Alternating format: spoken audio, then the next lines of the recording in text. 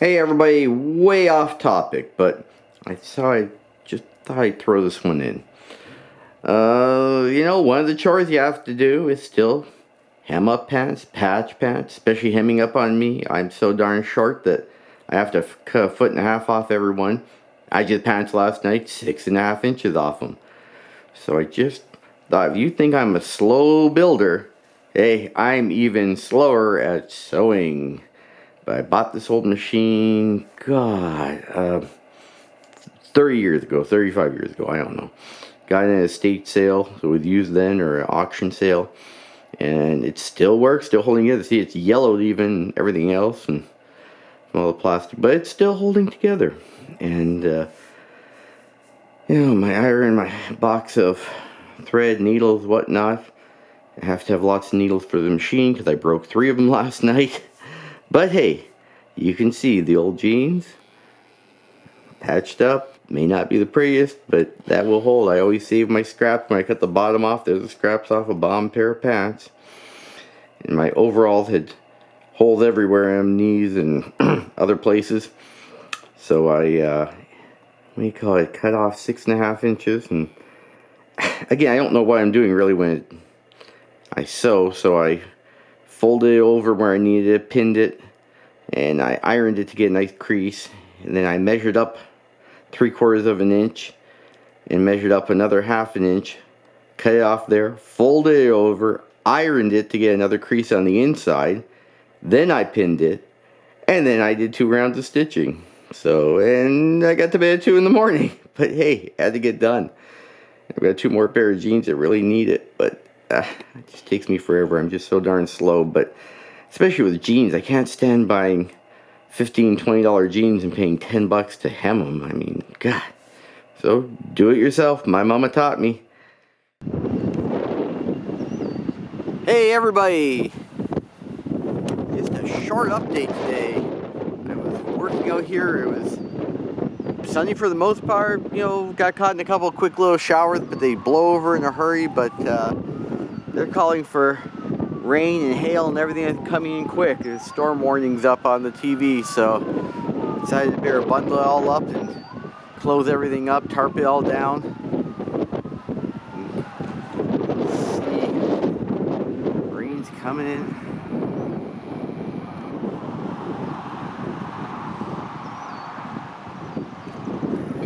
John's flag is really whipping up there. Bending his pole over earlier a bit. I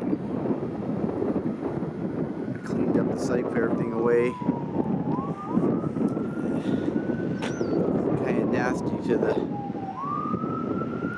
northwest. My trees are starting to move around a bit, so I think that's going to be it for the day. Hello from Jericho! Alright, you guys can probably tell I am putting down mud sill again. I need next strip put down so we can get ready to stand up the walls, and you're going to have a middle wall, a partition wall. That one has to also go on mud sill, so we need more of it. So we're back to the whole counter drilling and or counter boring, and then drilling and re-drilling and fitting. You guys have seen that in the first video. If I missed it, you can go back. But needless to say, it has to be done again. And I am going to do a quick little review of tools. I've got, it's kind of a double review, just something out of interest here. First one, and this is something that was bugging me last time. You saw me using this staple gun. I don't even know where I had found it. I must have bought it sometime. What is it? I think it's a black Vector if I remember, but I think no, it's just power shot. It doesn't say anything else on it. I didn't like it. Every time I put a staple in, even though you're putting your weight over the front into the new style and that, I seem to have to tap the staples in. Pain in the butt. I went looking through my pile of tools. Sure enough, found 2 old staplers. Standard, Arrow, everybody's had one. My dad had one.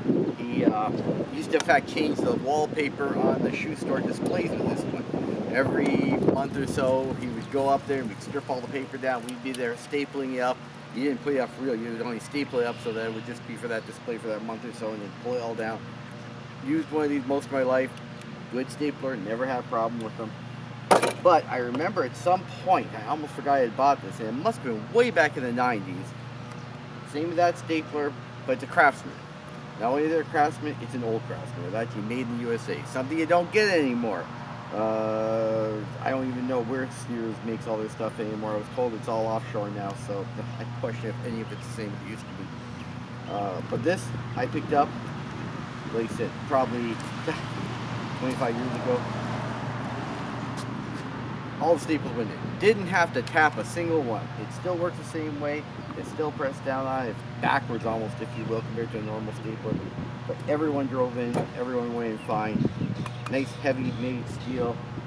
Not cast, whatever. Okay, you hear it flimsing around when you pick it up. You don't hear that. So, just an FYI, there is a difference in staplers. When you find the right one, great. Now, for my tool review. If you guys remember, I had mentioned that I really wanted a caulking gun. I was getting tired of all of this caulk I'm doing with my hand. I've already gone through 10, 12 tubes, and that's not even finishing these walls up, and then I'm going to have to do around the windows to caulk them in. You're going to be caulking more on the siding and everything. We're going to go from tube to tube. And you're squeezing away, that gets kind of boring. Couple options out there. Bosch, who I bought the Bosch tools, if you remember, had one to match and go with it. $270 on Amazon the other day. I went, oh, heart attack. There's no caulking guns worth $270. When I was looking originally, instead of buying the Bosch, and buying the Milwaukee, same thing for their 18-volt system, $250. That's a little nutty. For that, I'll get a sore hand. It's okay. But Ryobi, of all things, had one.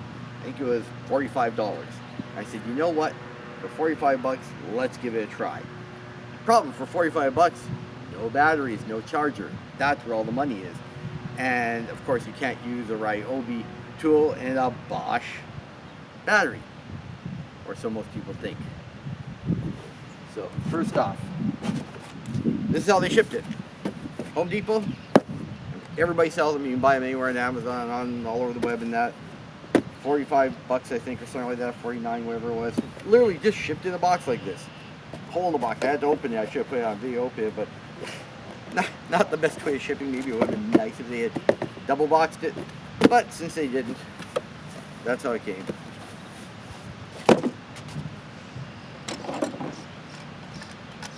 There it is. I have not even tried it yet. I have not even gotten it dirty yet. Seems simple enough. Now, the key to me, before I ordered this, making it work, take the battery out here. And that's my Bosch battery, which does not fit the Ryobi tool with this. I found an adapter on Amazon which allowed me to use a Bosch battery and a Ryobi tool. I didn't think anybody would make one of these. I mean, it's kind of an odd combination. I can almost more understand if it was Milwaukee into Ryobi or something, but Bosch, which is not the most popular brand, into a Ryobi, which is more of a home tool than that, and they made an adapter. So I bought the adapter. It clicks in just like the regular battery would, and now you can slide in the tool, or the battery, and that's wonderful. That saved me a bunch of money. So, seems simple enough. There seems to be a lock on the handle here. Sure enough, when you pull it down, the trigger goes. Push up, the trigger won't go. Good enough. Let's pull it back a little bit. Yeah, I hear it moving. I hear it working. It seems to be going forward. The speed control on the side. Fast. Slow. Seems simple enough. We'll give it a try. Just cut the tip off of it. And run your razor blade. It does have a tool on the side to poke a hole through the seal that's in here. People forget to break the seal. I've heard of that, people forgetting it, and it actually pulls the tube up because they can't get past the seal. But anyhow, I don't like using them even on the one I've got, because then it's sticky and you put your hand on it and it's going to make a mess. So I always just grab a piece of wire, a piece of something, And I saw some people saying that if they only made one hole, it was hard to squeeze through. I've noticed that even with a hand one. I make several holes like that. It's just, I've done that my whole life, so it makes life easier. Let's see. Put her in, put her in. Put her on fast for a minute. Ah, it locks the trigger when you pull it back. Okay. And it's going to tell me when it's pushing the tube, because there it goes, it's already pushing the tube. Alright. Probably turn it down again. Fast.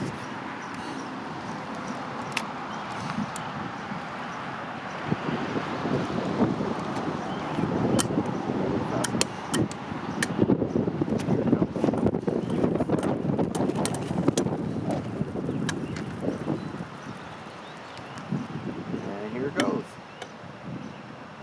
Look at that. Talk about nice.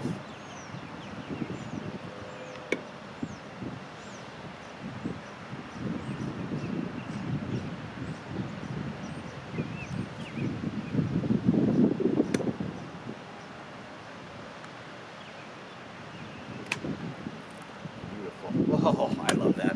That is a great tool. If you have $250 to spend, that was without batteries too, by the way. It's add another $100 with batteries. I'm sure the other tools are better. If you have 45 bucks and you happen to have some Bosch batteries, or for that matter, any other batteries, I found adapters for everything out there. If you happen to have Nokia batteries or whatever, there's all the adapters out there. All you gotta do is a little bit of looking on there on Amazon, a little searching, and you can find them.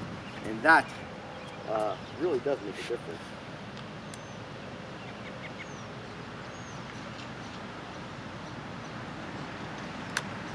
Oh, and by the way, you're probably asking, why the heck am I sealing this? It's going on the inside. You still need the foam on there as a capillary break. You still don't want moisture coming up through it. The only reason I'm putting on the caulking, and if I didn't have it, I might not have enough to do it. It's well worth my time now. If you get water in one or the other bay, and why would you get water? Water line breaks, I spill something, I'm washing something in one bay and it rolls over. I don't want water going from one bay to the other bay and creeping underneath the floor. And yes, it will creep under the floor. In that house, when they put it down, they did not put sill seal between all the interior walls.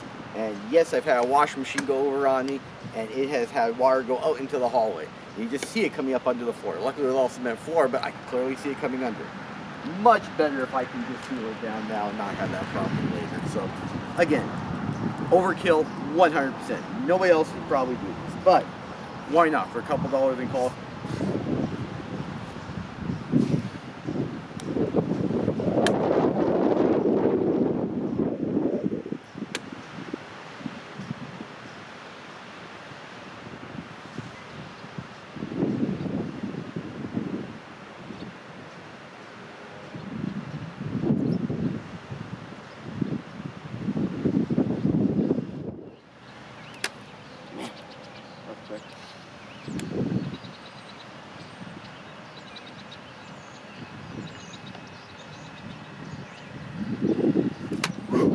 That's fast. You have to keep up with it. That's interesting.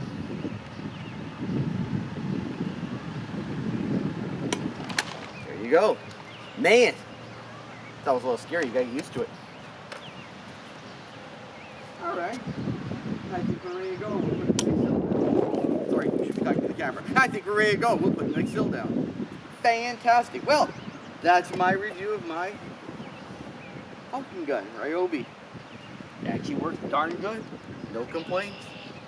For the money, can't go wrong. If you already have batteries, if you didn't have batteries, you had to buy the gun and buy the batteries, that depends how much caulking you're going to do.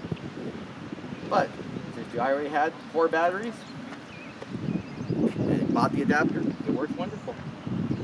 Thank you all for watching.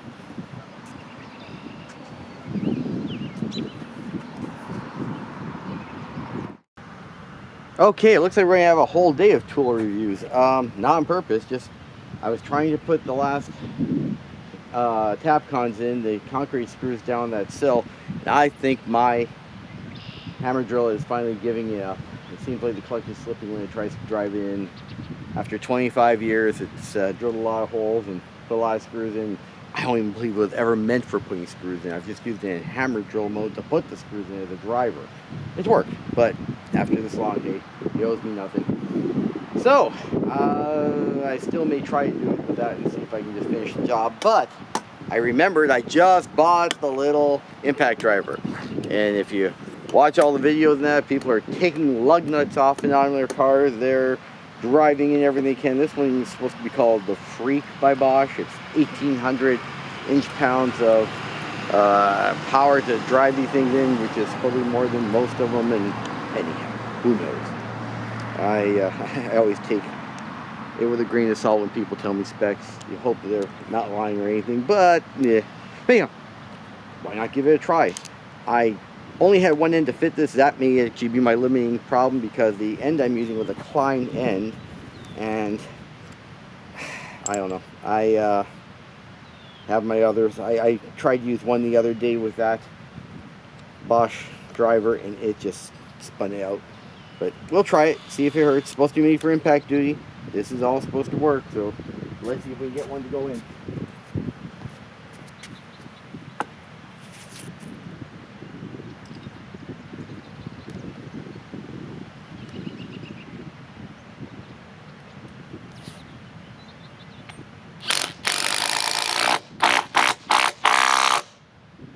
Wow.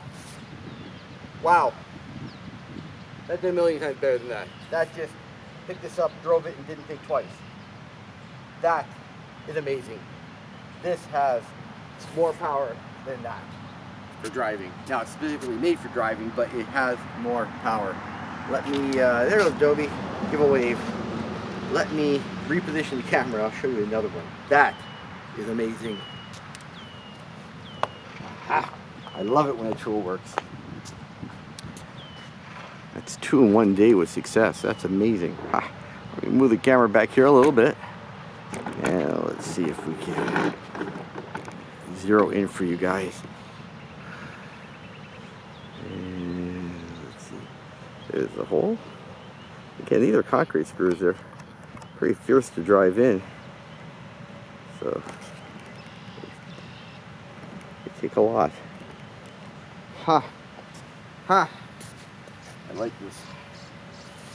My pin to position. Make sure I haven't moved it. For that hole.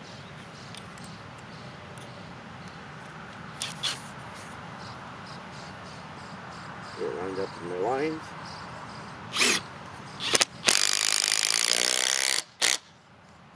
Meh. That drew it in amazingly. That is a toy. Okay.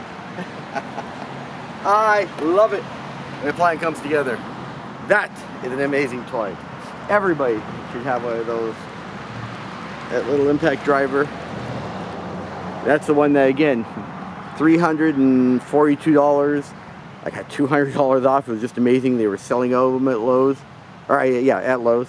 And I just said, heck with it. Normally I do a month of homework on these things and decide which one, and I read the torque specs and I read everything, and this time I said, you know, at $200 off, how bad can it be? Man, that's a toy.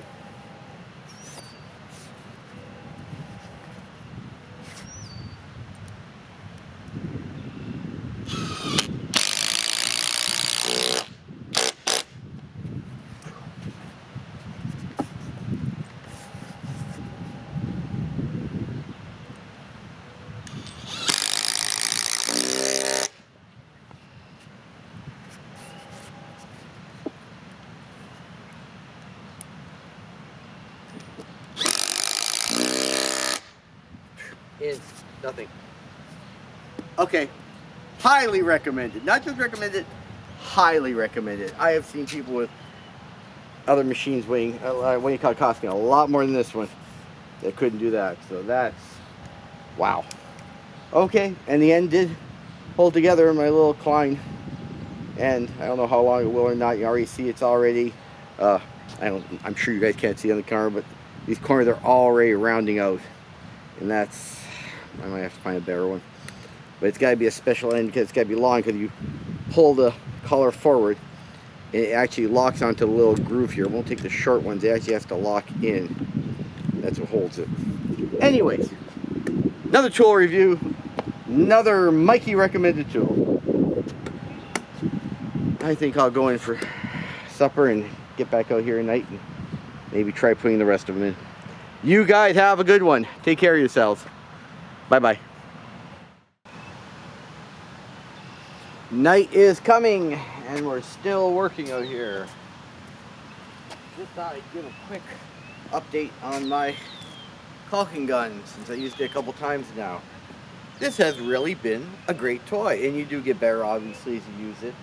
I looked at some of the complaints just to see why some people did not like it. One person was complaining that it didn't come with a battery. Okay, that's obvious, you just have to read it. When you order it, it says it doesn't. Other people were complaining it comes out too quick. It does come out quick. I don't know if this would be good for a fine finish. If you were trying to do a bathtub or something like that, you're trying to caulk nicely along, you still get way more control over a hand grip gun than any electric gun would be. So, you know, for things like that, I don't know. But for outdoor windows, stuff like this, no complaints. It puts down a bead. Somebody else complained that it was not pushing a thick liquid. Well, I don't know about that. You know, I've got some real thin caulk in there that I would probably shoot almost. This is a polyurethane. It is a really thick material. It's having no problem pushing out. So I don't know why they were having issues. Anyhow, just thought I'd do a quick little follow-up by after, since I used it a couple times now. And probably the cleanest you'll ever see it. I am a messy caulker. Normally I have it over everything, so I'm trying to keep it clean at least for the first little while. So we will see. But just keep on trucking. We got lots to do. I'm going to try beating the light here. Probably end up having to pull out flashlights anyhow, but flashlights, lights, night lights, whatever you want to call them, spotlights. We'll give it a try.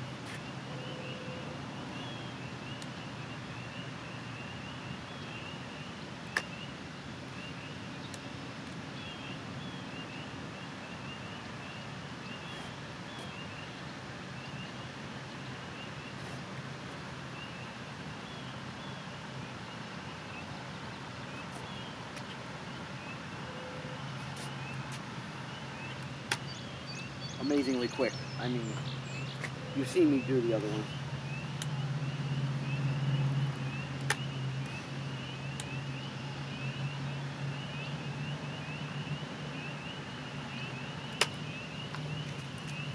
Door. Other end door. Bathroom door.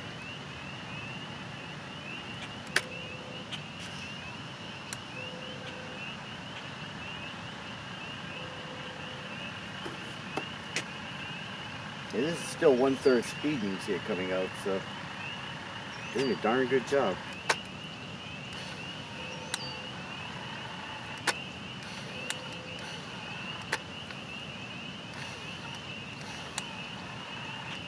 Some people didn't like that either. There's a little delay when you pull the gun. Well, of course there is, because when you pull the trigger, it's going to take time to come up. It actually, I believe, it backs off just a little bit. It doesn't just stop dead. I think it actually backs off just a hair, so it doesn't keep pushing caulk out. It's a great little feature, so it's not pushing it. Sometimes with a cheap caulking gun, you'll stop, and caulking will keep coming out for the next half hour.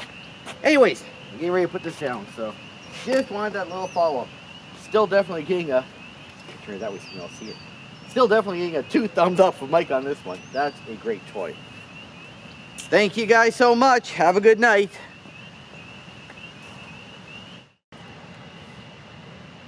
Hey, while we got a couple more seconds of light before I bring out the lights, maybe just show you guys one more time, just to follow up. I've used it a couple times now. This little toy, this little driver is still doing a great job, so I got no complaints, I'll tell you.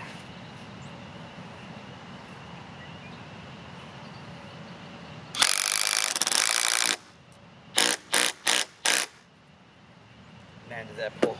That's just amazing, honestly. I've never seen anything work so well.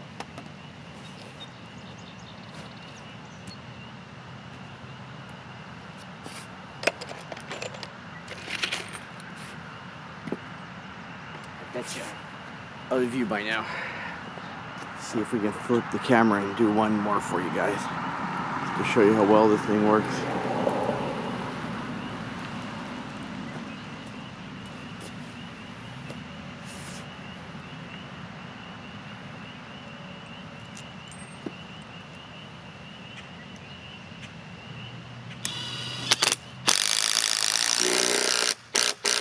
I mean, you can actually see the wood being pulled down. The washer actually bends up. That's stainless steel washer on the cap on it, so fantastic. All right, just wanted to show you that. Good morning. Bright sunny day, good day of work. Just another tip I thought I'd throw at you guys. I was building this wall yesterday, and Dobie and I were having a discussion where we wanted to build it. We thought about building it right over here, if you will, so we can stand it up, but then it'd be in the way of the tractor for lifting that wall up, or the telehandler. So I kind of got a little worried about that and thought about it. So he wasn't here to talk about it, just decided to take on my own. We were talking about building out here originally over top the septic area, but when we bring it up, we'll have to do with that one, but it's going to take some extra rigging in that we were talking about, because you have to pull it upwards. Anyway, one of the things I thought about in a hurry, I always go back to my old standard, rollers. If you want to move something easy, just put something round under it. I have moved milling machines, lathe. I built an elevator in the house. I used a mast off a forklift. I had to roll it through the house. Round tubes, I don't care if they're, just depending on the way. I've used round pipe, I've used round cardboard tubes, real heavy ones that came out of rolls of something I got. This case I had 4 pieces of PVC. This wall is about, quick calculation, 650 pounds. I just threw some 2x6s on the ground, leveled them in a hurry just by eye. You can see, I actually had to put clamps on it to stop it from rolling. It will move with nothing. I actually, like I said, kept pushing it around yesterday. I finally clamped it off. I can build it right here, roll it over here, then we can just stand it up. Easy. So if you guys ever have a problem moving something, you're not sure how you're going to pull it around, push it around in that round pipe, round tube, round something, put them down, makes life so much easier. So, just a thought in case somebody needs to move something. I know it's probably, you know, it worked for the Egyptians, it worked for the Romans, it'll work for us. That's back to first principles. All right, guys, time to get going on a walk, on a wall. Build this one today. It's already ready to go for the blocking. Finish it up, and I have, I ran myself out of 2x6s. So they're supposed to be coming today. I ordered them 3 days ago. The trucks have been busy. Should get a load of 2x4s and 2 on that load, and that should be all the bracing that's going to go out to hold it up. And there should be a couple rolls of Tyvek on there, because I can start sheeting, but I wanted to make sure I covered the Tyvek over the wall the right way, and sheeting over with Tyvek. It'll be easier to do on the ground here. Anyways, that's where we're going. Thanks, guys. Howdy, howdy. One last quick tool review. I kind of played hooky today from the job site, which is literally outside the door. I started doing some cleanup and decided that the lawn looked more like a field than a lawn, so I actually got desperate enough and went and borrowed the neighbor's commercial mower. Even that took 2 cuts over it to clean it up, so I had neglected my duties around the house. But I did get one little toy in the mail that I wanted to show you guys. My little brother suggested to me that one of the more useful things he has is, of all things, a light with his kit. It came free with his tool kit. And he says, you know, you just could always use a flashlight, and you know you got your batteries charged for your tools. And you know, he's right, because there's been a number of times I've run around trying to find a flashlight or with decent batteries in it at the last minute. So, I didn't want to spend money on the real Bosch flashlight, if you will, again. So I bought this, a little cheapie here off eBay. And I say cheapie, it's 32 bucks. It's still not cheap, but it's free shipping and everything. So LED, which is great. It fits the Bosch batteries again, which is important. So Click in my batteries. And let's see. Low. And high. And flash, which I'll probably never use. Red. Again, don't know why. It's probably night vision. Yeah, right. Whatever. But here's my low again. High. And if you hold it, it goes off. It's actually adjustable, so you can put it any angle you want. It'll stay there. The battery there in the bottom, so it'll stay fairly significant. It'll hold. One nice little feature I found, which I wanted, was I just bought, this is one of my USB charging cords for my phone. Plug it in, and it's supposed to be able to charge your phone. So let's find out.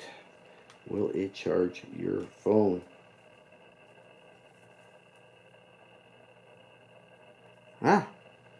Will it charge my phone? That's a good question. I don't have it plugged in.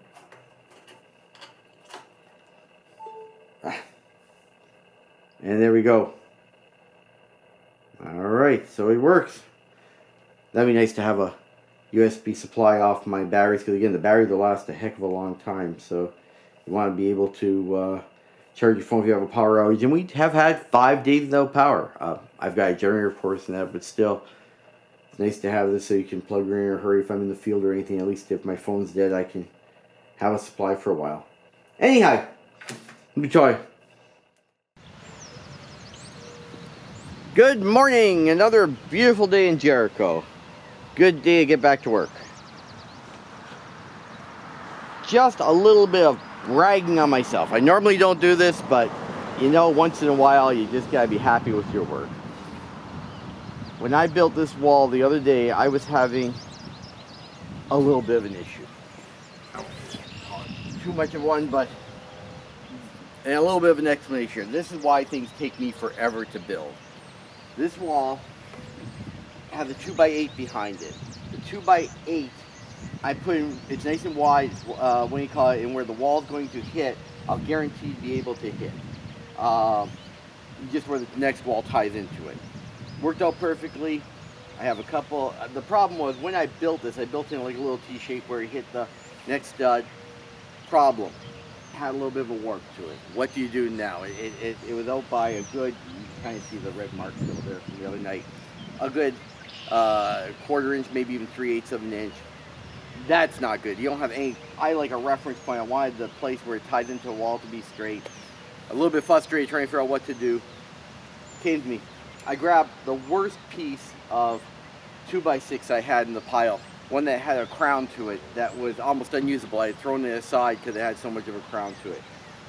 Put it in here, put the crown opposite to the way the warp was or the crown was on the first piece.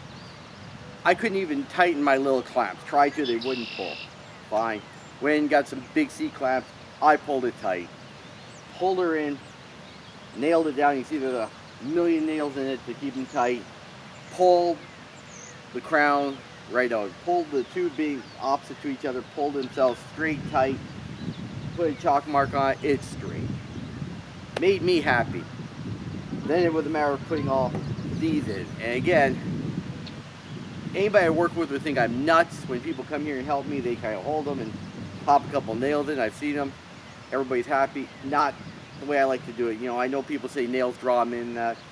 I like things drawn in tight. When you put these in, they're nice and square, they're tight, they're touching at the top and bottom. It holds these square. Everything is where it belongs now, because if it's a little off and you get one side a little too much room in it, then the next distance is off a little bit. I used a clamp. Took me forever, a band strap. I put a strap over it. I pulled it tight, so tight you can play a song on it. It pulled it tight together. Then I put my nails in. It's straight. Everything came out. It's square. This is the way I like to build a wall. I mean, fanatical, yes. Took way too long. You can never make money doing something like this, but you're doing it for yourself. This wall I built, it's done right. So, just a little bragging on myself, that's all. And a way of straightening those out. If you ever get a problem where you have a piece that's really bent one way and you're able to do that, put a piece that's bent the other, pulling them together will pull the bend out of them. and we'll straighten it. So anyhow, that's all. Just a little bit of bragging on myself how this wall came out. All right, we're off and running. Next wall, build over there. One more wall. I should be able to start maybe sheeting these and getting them stood up so we can start looking like something here. All right, we'll talk to you all later. Hey everyone, this is one of my heart attack moments. I just thought I'd drop in the video and mention. I think I told all you guys when we started this project way back when, you know, I understand prices were a lot less back 7 years ago when I poured the pad and everything. But even 2 years ago, I started planning it, really thinking, hey, we got to jump into this. You know, still reasonable, not terrible or anything. I mean, this is not a small building. I don't expect it to be cheap. But, you know, the pad's already in, have to go with the size, everything else. By last summer, once the pandemic hit, I knew prices were going up. You know, everybody said, just hang on, it'll go back down. But at that point, I still was getting quotes in. I could still, I believed, I've been scrimping and saving, have enough money to get a shell put up for me. Enough for the labor to have somebody come in here and get the material. Well, by this year, as I said, prices have just got nuts. They doubled since last year. Every one of those 2x6s on the right side last year, and people were telling me they were nuts then, were $11.67. I still have the quote on the computer. And by when I got the first load of them in, we were like $23 each. And I was already like, oh God, you know, they've doubled and they've over doubled in price. That's nuts. But I need them. So that's, again, it was a matter of, hey, let's start building. I'll just do it myself. Don't pay for labor. I'll be the labor. And we thought we could squeak by. You know, maybe have to borrow a bit at the end, but hey, we'll see where it goes. But it's gonna, let's say again, now each one of those 2x6s are $29. And they're still going up. It's just gone out of sight. Just that little bit there, you see the 2x6s and the 2x4s laying there. The 2x4s are, I'll explain that in a minute. Anyhow, 2x6s and the 2x4s are $7,500, I think. That's just insane. And that's obviously not the whole building. I mean, I need another couple loads. This has just gone through the roof. I'm actually not sure at this point how I'm going to finish the building. I'm committed to doing it. You can't just leave walls in the open or with OSB on or anything else, just saying, standing there, no roof or anything. They'll just rot away and I'll end up throwing the whole thing away and starting from scratch. But it's just gone through the roof. This is insane. Hopefully the 2x4s, I've got an idea that I can use them for reinforcing, standing up the walls, holding up the walls outside braced out, and we can reuse them. I got a bunch of screws. I went down the other day, picked up a whole bunch of screws so I can screw them together rather than nail them together. The way I can take the screws out, and I can use them for the purlins on the roof and that, so at least they'll get reused rather than just used one time. Years ago, you used to do them one time, used for support, you throw them away, use them for whatever later, but now it's like gold. You have to think how I'm going to be able to reuse them carefully, not cut them and keep them in full length. Anyhow, might have to, I don't know, it's gotta get done. Just a little bit of one of those moments where you stand back and you go, somebody suggested a GoFundMe page. I don't know how many people feel like donating to a workshop, but I might have to try something. Put a donate button on the bottom of every one of these videos, something. And the problem is, again, I'm 58. I'm not young. I know that I've got some expenses. I just don't want to get into even more debt. I've got 15 years left to pay off the house yet. I'll be working till well after most people would retire just to pay that off. Let's see if zoom in. I don't know if it'll do it because we're against the sun, but you know, my poor old truck there is 35 years old now. It's not going to last forever. I wish it would, you know, but I know at some point that's going to need replacing it. I need one with a plow on the front. And from what I'm looking, you know, that's $60,000 right there for an expense. Maria's wheelchair van in the back there, you can see, and again, it's now, God, I think it's 9 years old. It's got a rust hole big enough on the other side I can put my fist through. I'm going to try patching everything else, but, you know, at some point, it's going to need replacing. And, geez, a lot of expenses, that's all. I'm just trying not to get myself in debt more than I need to. I'll be in debt for the rest of my life. So, but I don't plan on retiring. I'll probably work for the rest of my life. But just a little bit of a worry. Sorry, shouldn't complain to you guys, but just one of those things that are on my mind, just sitting there in the back, how to watch everything and just watch the budget, that's all. Anyways, it is all good though. It's a beautiful day. Sun is shining. You can see how nice it is out here. And we're gonna get back to building. All right. Hope everyone is having a great day. Take care. Okay, just a little bit of change in plans. I was about to start building the next wall, but the other day when I was playing around, I noticed that the RV had sunk in the mud in the back. It's just real soft back there. And so I was going to move it, but I had nowhere to move it right there, unless I want to take up the whole driveway. So it was a matter of, I've got to take down my little tent that I had up there, and then I got to move this machine here, the telehandler. I've never driven it before, so I called up, caught Dobie on his way by. He was running somewhere, and I flagged him down, and I said, "You want to move it?" And he says, "You can move it, go right ahead, you can drive it anytime you want." So I am going to try to move it and put it over. He showed me how to start it. It's a diesel engine. It's an oldie but a goodie. She's solid, so we'll see where it goes. There he goes back by again. That man is so busy.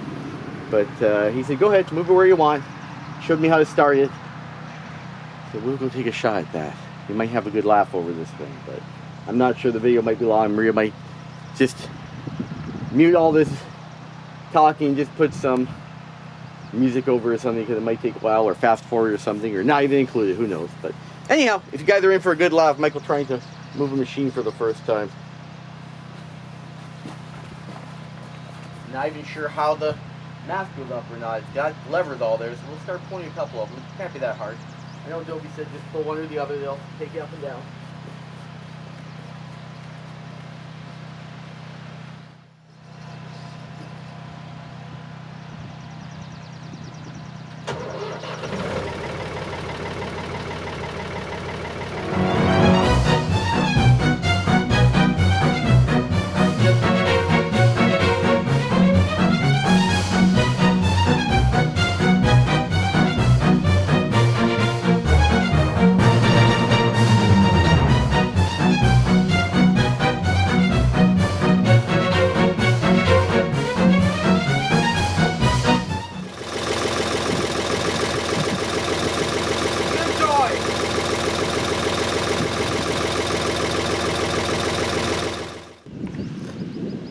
Beautiful afternoon, warm one, which is great and unbelievable in Vermont. I've got this area set up to put together my next wall. The sills are marked. You can see the PVC pipe I've got laying on the ground. That's what I made a build on, so I can just roll the wall in place when I'm ready. And I had to show you guys, if we go over to the U-channel I'm making, and this is going to serve dual purposes. It's going to be support a header that's going across in the doorway at the end of the middle wall, and it's also going to support the first joist, which will be a 16-inch LVL that's going to go across. So it's got to be pretty strong, and I'd like it to be as square as possible. So how many clamps does it take to pull a piece of wood into place? As you can see right there, there's what, 2, 4, 6, 7 clamps. Okay, but in all, I am squaring that thing to no end. That was one of the problems we had with the window. The first one I built, I had clamps on it, and it was pretty good, I thought, but it took forever to put together, so we just stopped using clamps, and 2 people, one holding, one nailing, could hold them in place, but they don't guarantee come out square. So I have gone back, since I'm working myself, to putting my clamps on, and I'm pulling it all square. So this way, when I put this up, that door frame doorway and that first beam will be square, and I should be able to measure everything off of it. So we'll cross our fingers and see how it comes out, but so far so good. But I just had to show you guys. All right, have a good one. Hey, just to show you guys our visitors. These guys come around every year. They go through, sometimes we have one family, sometimes we have literally dozens and dozens of them. And they have babies that walk around. I saw the babies out the other day. They've already hatched somewhere. There was a bunch of them out running around, and they come to visit. They take off again. I'll see them in the fall time again. They must be migrating through somewhere. So just thought I'd show you guys our wildlife out here. We never know what we find. We've got a bobcat to walk through once in a while, and yesterday Maria saw some wild turkeys going through, and we've had a baby deer come through here the other, I guess last year. The mama dropped it off under the bushes and let it stay. So you just never know what's going through here. Hey guys, one more thing. Maria reminded me again, you can tell I'm not the media person. If you can, like or subscribe this video, I really would appreciate it. Trying to get my numbers up there. Never thought I'd say that, but since I'm now technically, and I say we, Maria is really the creator, and that would like to see if we can get more people to like the video and more people subscribe to the channel. So if you would please. Hey, thanks so much for watching. Bye bye.